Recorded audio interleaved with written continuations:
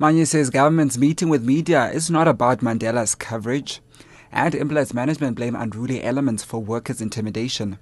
I'm Lebo Changela with this news update. Government spokesperson Jimmy Manye says today's meeting between government and the media will not specifically deal with complaints that the media had been mistreated while reporting on former President Nelson Mandela's admission to hospital over the weekend. Manye says the media did an excellent job by carrying out messages of hope for the former statesman. He says the meeting will be attended by, amongst others, Defence Minister Lindiwe Sisulu and the Minister in the Presidency, Collins Chabane. Journalists who were stationed outside one military hospital in Pretoria claimed they were mistreated by security personnel. A BL'd photographer was forced to delete pictures she had taken outside the hospital. Manye explains the purpose of the meeting. Minister Chabane will today, also joined by Minister Sisulu, will today be addressing the various media houses. Purpose of the meeting is in government's theme of working together to see how we can work together with media houses and so on. Weekend incidents happened, and I'm sure that in that meeting those matters will be tabled and discussed. But I must say media has been quite positive in doing things in terms of ensuring that good messages of support are carried through. Media has been very good in that, and I want to congratulate them for that.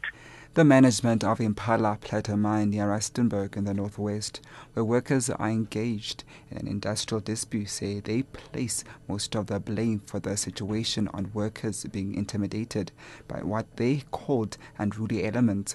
The illegal strike has claimed the lives of 3 people. Human Resources Executive at Impala Platinum Mine, Johan Theron, explains. We have been trying to deal with it over a number of weeks, even to the point where we've tried to mediate meetings between the interim committee and the NUM. But quite clearly, the level of intimidation is really at the heart of this problem, and it's preventing people from coming back to work. And the police is the only entity that can really intervene in that regard, and whilst their response was slow initially, they are on the ground and have been doing good work in recent times. 7 suspects arrested on charges of human trafficking and prostitution will appear in the Durban Magistrates Court today.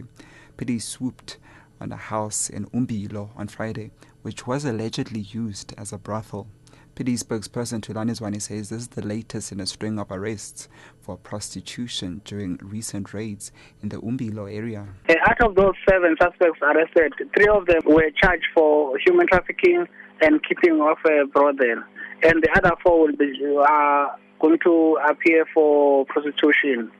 The members of Brighton Beach as well as the local station at Umbilo received information about the house that is suspected to be involved in prostitution. The members proceeded to the house and they raided it, and they arrested 7 people who were inside the house. All those 7 suspects were charged and they will appear in the Durban Magistrates Court. And 2 men are expected to appear in the Cape Town Magistrates Court today in connection with disrupting a memorial lecture by President Jacob Zuma at the Good Hope Centre last week. Zuma was the main speaker to honor former ANC President Sefako Makgatho. The men allegedly barged into the gathering and disrupted proceedings. SABC cameraman Rudy LaRue sustained a serious head injury in the fracas. Police say they face charges of righteous behavior and sedition, which relates to the incitement.